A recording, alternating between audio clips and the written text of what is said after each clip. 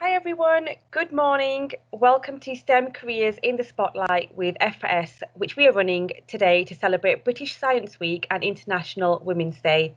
Our guest speakers joining us today will be telling their career story and sharing experiences, and then we'll hand it over to the students at home and in classrooms who are beaming into the webinar, and we'll get you to ask some questions, and we'll be going through those towards the end of the session as well. My name is Neelam and I'll be hosting this session today, and we hope to support you to make informed decisions about your future career pathway. And in this session, we're really going to be focusing on exploring careers in STEM with a really strong focus on sustainability and the food and drink industry. To the audience at home, please ensure your audio and your video is turned off, but you will be able to interact with us using the chat function. There will be some questions posted at the beginning and end of the session as well, so you should be able to see them now. Please do take your time to just complete those because they're really, really useful for us. And again, we're recording the session. It'll be featured on the F4S platform and YouTube channel. So sit back and enjoy. First of all, a big, big thank you to our guest speaker joining us today, Gemma, for giving up your time, sharing your story. We're really looking forward to hearing from you next, Gemma. So Gemma is an entrepreneur, an innovator and a scientist all in one, and works at Moving Beans Ltd. So Gemma will be sharing her story next. As I said before, please do interact with us. Ask as many questions as you like, and I'm sure Gemma will be happy to answer those towards the end. So Gemma, do you want to start off by telling us a little bit about what you do and what that means, and kind of break it down for the students at home? And how did you start off? How did you get to where you are today? Oh, thanks a lot. First of all, I'm super excited to be here with you. I always love young people, so that's one of my passions I will tell you about. So my story is long, so I will present a little bit. I will show you a few slides so that you can relate to things that I have been doing. Sometimes it's difficult to express. So let me put the slides on. Let me see. Desktop. Here we are, screen share. And I hope you are seeing. Yeah, we can see that, Gemma. Do you see it? 1 second. So I will start by presenting. So yeah, my name is Gemma, and I am a chemist by education. But if people ask me what I am, I always tell them I'm a scientist, I'm an innovator, and I am an entrepreneur, because I've did three very different jobs in my life. All of them linked to one topic, which is sustainability. So in the first one, for instance, I helped reduce the toxic gas emissions in the air that we are breathing. In the second one, I was trying to make cities more sustainable and more livable. And the third one, the entrepreneur, the one that I'm doing now on coffee pots, what I'm doing is trying to reduce the aluminum and plastic waste that is accumulated in the landfills. So my story started a long time ago when I was your age, actually, and I had to decide what I wanted to do. At that point, I had no idea what I wanted to do. What I knew is what I didn't like so much and what I liked a little bit more. So for instance, I didn't like to write long essays. So I knew I didn't go for languages or history. And I knew I was a curious kid. So I asked questions around the world. What is that? Why is water have this shape? How are things around you? I was interested in the things that weren't explored. And I wanted to do something good in our society. So that brought me to the more experimental science, let's say, backgrounds and subjects. And the tipping point why I decided for chemistry, it was thanks to my secondary school teacher. He was a very strict, teacher, but really he loved chemistry. He was very passionate about chemistry, and that, was transferred to me somehow. If you think about, chemistry is one of the fundamental science that we have. Look around you, for instance. everything that you see, the hair of your neighbor, the water that you are drinking, everything is made of atoms, molecules, bonds, and forces, everything. With that, you can build, a new things, and that excited me. So I decided to do chemistry. I did that in Barcelona, which is my hometown. And then I decided that I wanted to know new cultures. I would highly recommend, if you have this opportunity, to learn about other people. This opens your mind. People see things from a different perspective, and this makes you much more open, more tolerable, more tolerant. It's really great. So I moved here to London, to the UK, and then I did my master's and my PhD in chemistry. And then my real career and my career life started. I started as a scientist. I work in synchrotrons. This is the things that you are seeing here. Synchrotrons are like huge microscopes made of very, very complex like machinery that produce a specific light that helps you study materials at an atomic and a molecular level. For instance, one of the things that I investigated in that big synchrotron, first I worked in France, by the way, in the European Synchrotron Radiation Facility, and then I moved to the synchrotron in Barcelona when I had to build it from scratch. So it was like a big field of land, and we had to build that machine. So the experiments that I did in France, for instance, I was working with Toyota. You may know Toyota. The car manufacturer. So we had to develop new materials that help to reduce the toxic emissions that come out of the exhaust of the car. So what was a normal day in my everyday, let's say, what happened during a day? So first of all, what I had to do is I had to think about the experiment that would help me answer the questions I was posing. How could I create this material which works better than the ones that exist nowadays? So then I was talking to my engineers and to technicians to develop these, let's say, sample environments, these things that you are seeing here in that picture, okay? This thing, I don't know how to describe it, but this equipment. Then I had to talk with my computer scientist and say, look, because I cannot access that directly because there is radiation that could, roast me, I had to control everything remotely. So I had to talk to my computer scientist to develop software to be able to control all the experiment. Then I was running the experiment. The experiment normally took a week long. And I was collecting data, and then I was collecting that data and analyzing them with computer software. So the analysis of data took, for instance, things like maybe 3 or 4 months to analyze all the data. It's a complex process. And then if I found something new, I was writing a scientific report and I was publishing it into a scientific review. Other things that we did, for instance, we receive samples meteorized from NASA. You may know NASA. And then we had to analyze the composition of these meteorites. Or, for instance, we had pieces of the Mary Rose. Mary Rose is the ship of Henry VIII. So we had also to analyze how this was degrading, because the conservationists, the people who conserve and preserve those all historic pieces in the museums, need to understand what are the chemical processes occurring so that they can preserve it better. So these are things that I was doing there. Then I moved to Barcelona and we had to build the whole synchrotron. So this is like the pieces that we were trying to build. It's a lot of engineering work, a lot of calculating, to know how to, for instance, change the direction of electrons.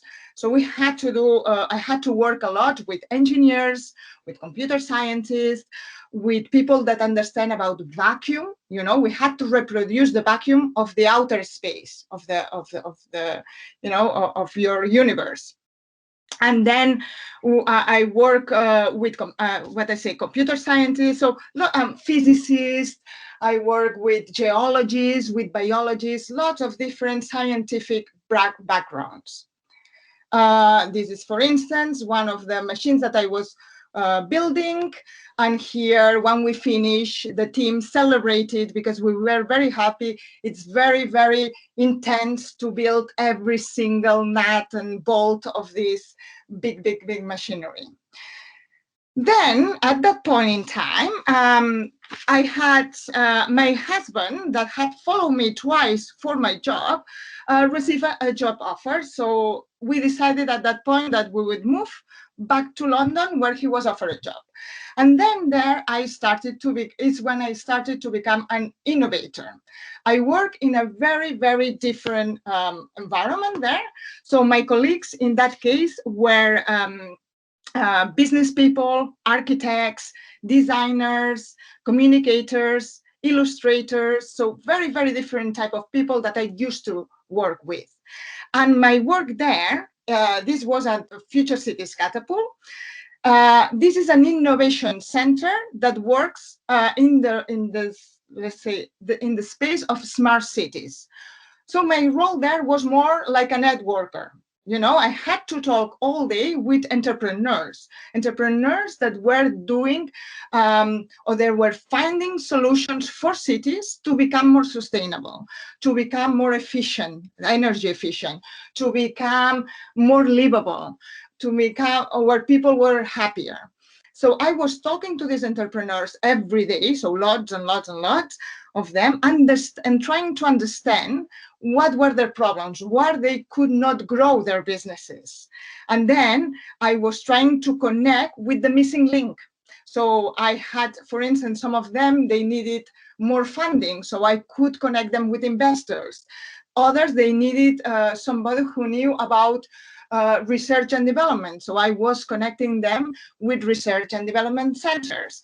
Or they didn't know about how to sell their product to cities. So I was connecting them to cities. So again, very, very different to what I used to do, but I loved it as well. It was fascinating. And what I love about that is the energy and the passion of those entrepreneurs that they wanted to change the world. And this was another tipping point for me. So I say, come on, Gemma, you really need to build a company yourself. You need to experience that. I like challenges. I always push myself. So I just never stop, you know, pushing and creating and innovating. And so I made my mind that I wanted to build this company. And one day we were with two friends in the garden of our house, having a coffee. And we read in The Guardian, you know, the Guardian magazine, we read that there are in the world more than 50 billion aluminum pots that are thrown in landfills every year. And they take more than 500 years to decompose. This is outrageous. We are actually destroying our world. We are not making it sustainable at all. And at that point, we look at each other and we say, oh, come on.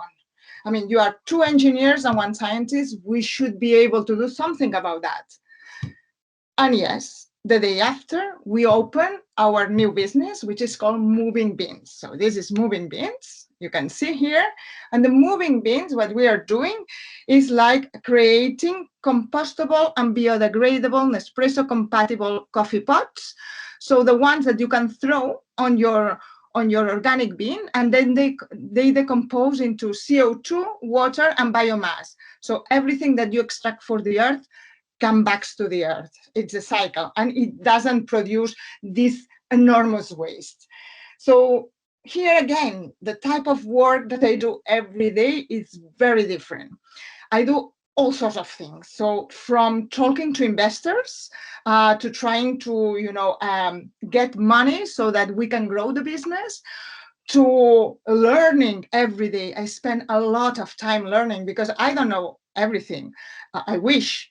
So learning constantly. I try to learn about Facebook, Instagram, Pinterest, things that you know much better than me about, but that I didn't. So I had to learn it and do it.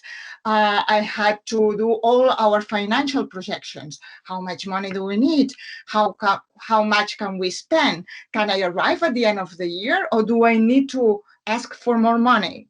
So things like that. Other things that we are doing is also research. We are developing new materials for the pots, which are better. Instead of industrially compostable, we want to make materials which are home compostable. So we dedicate some time to research, to write patents so that the innovation belongs to us, and thousands of other things. So as you see, there's very different. This is my life, very, very compressed. But if you see one observation, let me finish with this observation. What I only did chemistry, and you see how big variety of jobs I did. And this is because I think that having some scientific skills provides you with a lot of useful abilities that can be transferable to many, many jobs. It gives you, for instance, a scientific method. To being an entrepreneur, I use the scientific method every single day. I use it. So what I use in the synchrotron, I use it now as an entrepreneur with my coffee business. Critical thinking, amazing. It is very, very important that you wonder why things work or not. How can they be improved? This is, again, something that you foster when you do a scientific, let's say, degree. And then also finding solutions. This is what entrepreneurs do at the end of the day. You don't know the answer to everything, but you have to be able to find solutions. And I think I will stop here. I don't know if Gemma, that was brilliant. Thank you so much. Thank you so much for sharing your story. And it is so, so diverse and so versatile. And it's so interesting that you said that you studied chemistry and your passion for it really, really comes through. So thank you.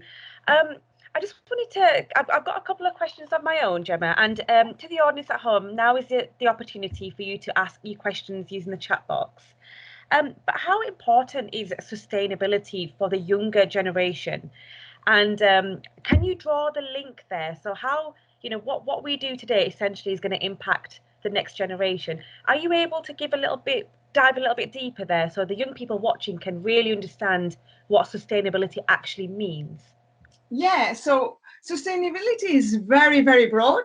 It can be very broad, but so at the end of the day, we want to be self-sustained as a society, all right? And this means that what I do today, it won't impact you, the next generation. So in 100 years' time, the next generation will be able still to have clean water, to have energy to have plants and woods, and they are not exhausted in that generation. So we need to become much more efficient in the way that we are doing now. Now, these processes, because we are very short-sighted as a population, we don't see it. I do it today, and I don't think what's going to happen for the next people tomorrow. And that's why these scientists comes with evidence, that they say, look, guys, I know that you won't see it, but our generation, these people down here that you're listening, you are going to see that impact for sure. And I think it's very important. And I think the new generation, the Gen Z generation, they really are very close. It's very close to their heart, I think, the sustainability. And this is wonderful. For me, they are the future. And they should stick to that because they are in the right path. Yeah, I absolutely agree. I do think there is a more awareness with the upcoming generation and the new generation of workers. I think the awareness is definitely being built, and it's not something that we can do overnight, as you say, but these kinds of talks are so powerful, and they're doing great things in the world and in our society to shift that mindset. So thank you again. So you also touched on communication. You said that you have to communicate with chemists and physicists and many different companies and individuals. we don't necessarily put scientists with big communicators. You know, the analogy or the link isn't naturally a clear one for many of us, myself included. I'll hands up. So what other skills are needed for someone like you? So if if you could write a letter to your 15-year-old self, for example, what skills would you say, right, these are the skills you need to have?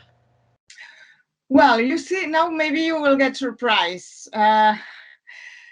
I think, look, if I look at myself back, or if I have to hire somebody today, you know what I look at? It's a problem-solving person, a person who really doesn't come with problems, but try to find solutions. Doesn't have to know the answer, but tries to find the solution. And it's adaptable. Things will change, and we need to adapt to that change. So I always, I took people out even if they had the right skill, because they were not adaptable or they were not problem solvers. I prefer a person that is really thinking positive, trying to find. I don't care if somebody makes mistakes. I don't care that. As long as you persist and you look for the answer and you communicate and you search for your life, you adapt and you learn. You don't need to know it today. You will know it tomorrow or the day after. It doesn't matter, but it needs to be, I think that it's probably the number one: problem solving, critical thinking, adaptability, and humble, being humble. We need to work in teams more and more and more. So we need to be able to know how to collaborate. Yeah. Amazing, really, really great advice. And I really, really enjoyed listening to your story about you were sort of sat around in the garden having coffee, reading the Guardian, and voila, you had this amazing idea. I suppose courage is a really important part of being an entrepreneur, an innovator, and a scientist as well, as a female scientist. So can you share more on that? So what really inspired you? A lot of us, sometimes we have ideas and we kind of just sit on those ideas. They don't materialize. What do you need to take something from an idea into execute the idea and take it forward? Yeah. So you pointed out very well, it's courageous, no? And some people think I'm nuts, to be honest. It's like, oh, really? I had a job which was well paid. I could work like for the rest of my life in that job. And instead, I just went to almost not get paid to do something that, to make something, to have a direct impact in that society.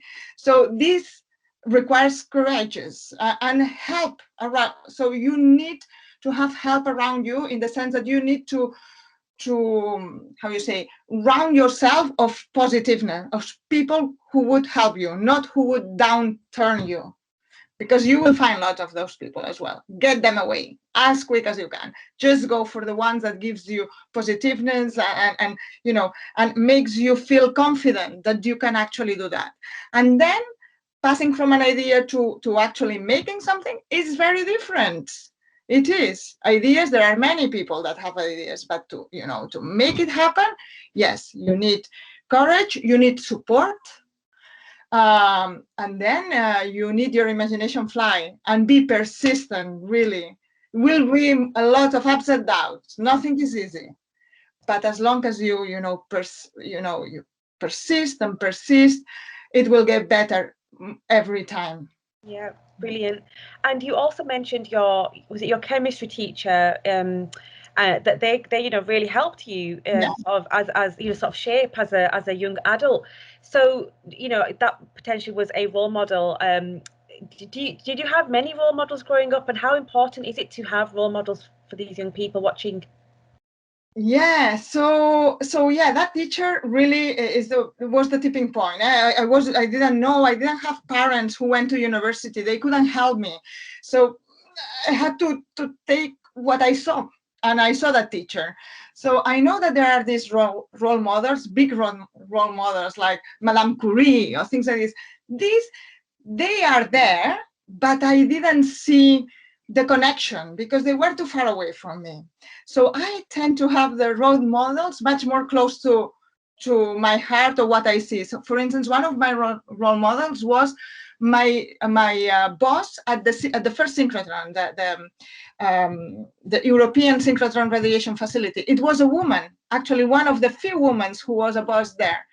And her energy, her passion, she believed in me. So that inspired me to continue. And then people like my sister had like a big accident, actually. Had a big car accident and became, disabled with an arm, and still she persevered. And now she's a professor at the university, because she never stopped trying. And those people who are much closer to me, those are my role models. Thank you. That's amazing. And very sort of finally, I think the last sort of question that I'll be able to get through today. Are there any summer jobs at your company, or if a young person wants to apply for some work experience, maybe in a similar company to yours, where do they get started? Any practical, tangible tips? Yeah, there should be some bursaries. I don't know if the schools organize something like that, or independent schools. I'm very happy actually to receive students. I had actually used students from Greenwich University, but I'm equally happy to have students from A levels. I need a lot of their knowledge, to be honest, and skills like taking a picture, doing a TikTok gig that you would put, or Facebook ads. So I'm very open to have students, and I'm available. Moving Beans is available to receive students if any is interested to, learn and shadow us. For schools, I don't know that much actually, how they connect to jobs like, I don't know. I guess this is something that the schools will organize. Yeah, well, I mean, we also work with an affiliate partner called Workfinder. So schools can begin to organise virtual work experience. But your website it was www.movingbeans.com. Is that right? Yes, right. So anyone watching today who's interested in work experience or anything like that, then head over to the website. But yeah, Gemma, that's been wonderful. So maybe in just sort of your last 1 to 2 minutes, any final advice that you want to share with teachers watching and young people? We're going to, like I said, we're recording this session. We're going to send it out to many, many schools. Any last words? Anyway, for the students, well, I think I have a lot. I expect a lot from this, the new generations. I think they're wonderful.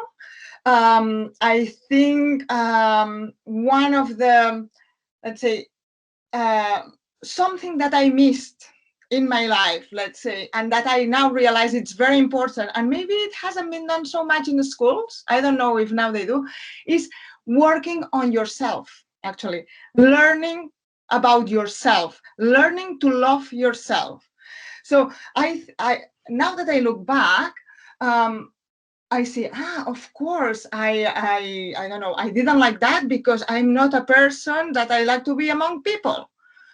Oh, why we didn't have this time to reflect when we were younger? Can teachers help them to reflect about their person a little bit more? Because this will give us a lot of tips of what they can do in the future. Some people, they would like to organize things. Oh, well, that gives you a tip. It doesn't have to be a skill of knowing chemistry or maths or physics, but organizing things already gives you a tip.